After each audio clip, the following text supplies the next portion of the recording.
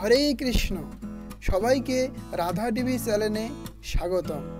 আশা করি আপনারা সকলেই ভালো আছেন, আমিও অনেক ভালো আছি।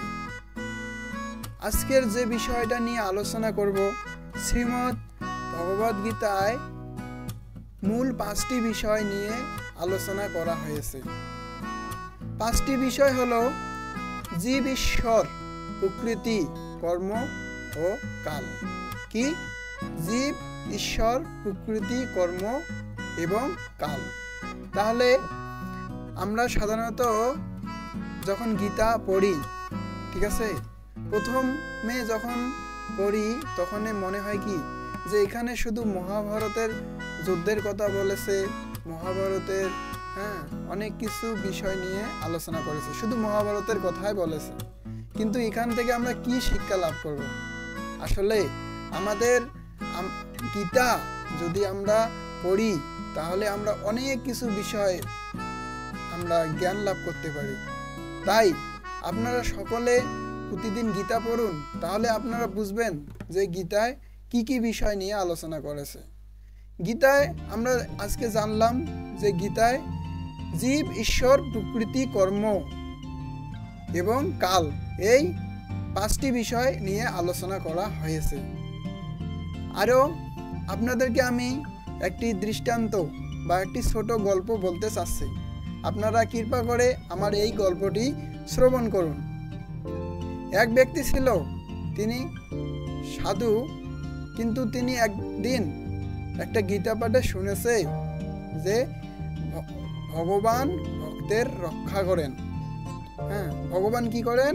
সব সময় ভক্তের রক্ষা করেন। তো একদিন ওই ব্যক্তি তাদের গ্রামে এমন ঝড় বৃষ্টি শুরু হয়েছে, ঘর বাড়ি সব ডুবে যাচ্ছে।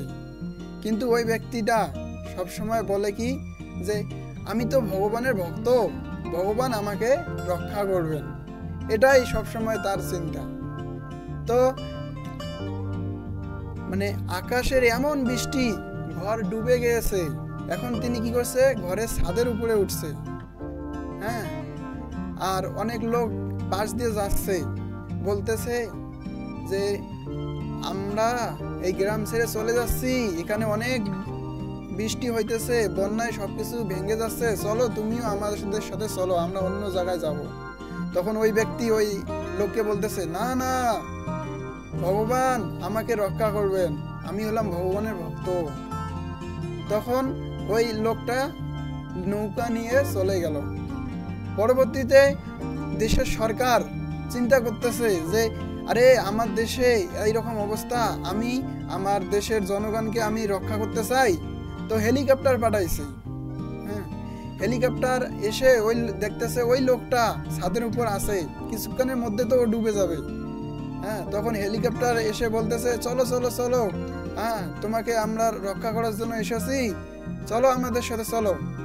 ওই ব্যক্তিটা হেলিকপ্টারের লোককে বলতেছে, আরে আমার রক্ষা আমার ভগবান করবেন, আমি একজন ভগবানের ভক্ত। তখন কি হয়েছে? ওই হেলিকপ্টারও তাকে রেখে চলে গিয়েছে। এখন তার শরীর একদম জলে ভর্তি হয়ে গেছে, এই পর্যন্ত জল চলে এসেছে। এখন তো তিনি জীবন রক্ষার জন্য ছটপট করতেছে। তখন ভগবানকে বলতেছে দুঃখের সহিতে, হে ভগবান, আপনি নাকি ভক্তের রক্ষা করেন, কই আমার তো রক্ষা করলেন না। তখন ওই ব্যক্তি কে বললেন, ভগবান, যে আমি তোমাকে রক্ষা করার জন্য কত কি না পাঠাইছি। প্রথমে আমি একটা নৌকা পাঠাইলাম, তারপরে হেলিকপ্টার পাঠাইলাম, কিন্তু তুমি সেই সুযোগটা গ্রহণ করলে না। তখন সেই ব্যক্তির কি হলো? মৃত্যু হইল। তো আমাদেরও উচিত ভগবানের উপর বিশ্বাস রাখা। আমরা যদি ভগবানের ভক্ত হই তাহলে অবশ্যই ভগবান আমাদের কি করবে? রক্ষা করবে। কিন্তু কিভাবে যে রক্ষা করবে সেটা আমরা বুঝতে পারবো না। ভগবান আমাদের অবশ্যই যে কোনো এক পাশ দিয়ে আমাদের রক্ষা করবেই। তাই আপনারা ভগবানের প্রতি বিশ্বাস রাখুন এবং গীতা আপনারা সকলে গীতা পড়ুন, তাহলে আপনারা গীতায় অনেক কিছু শিখতে পারবেন। হরে কৃষ্ণ। সবাইকে ধন্যবাদ, প্রণাম। ভুল ত্রুটি ক্ষমা করবেন।